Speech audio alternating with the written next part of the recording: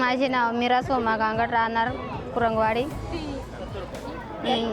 माझे गटाचे नाव दारणा माया महिला शेतकरी गट. आम्ही जंगलातून ही भाजी आणली कुरडूची. ते मुतखड्याच्या आजारावर चालते, त्याला मुतखडा असलं तर ही भाजी खाली तर मुतखडा साफ होतो. काढून घ्यायची आणि मग उकडून पर घ्यायची, तेल कांद्यात परतून घ्यायची. आपल्या पोटात जरी केस गेला तर ही भाजी खाली तर पोटातला आपला केस साफ होऊन जातो. ते पर कशावर उपयोग हे म्हणजे पोटात आपलं असं घसा धरला की पोटात केस गेला त्याच्यासाठी उपयोगी असते. कशी बनवायची? ती पर अशी लिन निवडून घ्यायची आणि ती उकडून आणि ती पर तेल कांद्यात परतायची.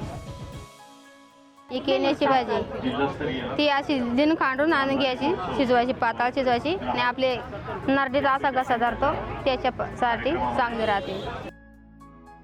ही कोंबड्याची भाजी ती फार डोंगरात राहते, भरपूर अडचणीत राहते. ती अशी हातपाय सांधे दुखते त्याच्या उपचारी चालते, त्यांना बरं वाटतं. आणि कशी बनवायची? ती अशी पूर्ण लिन खांडून घ्यायची आणि आपल्या मुगाची डाळ टाकायची आणि लसणाची फोडणी द्यायची.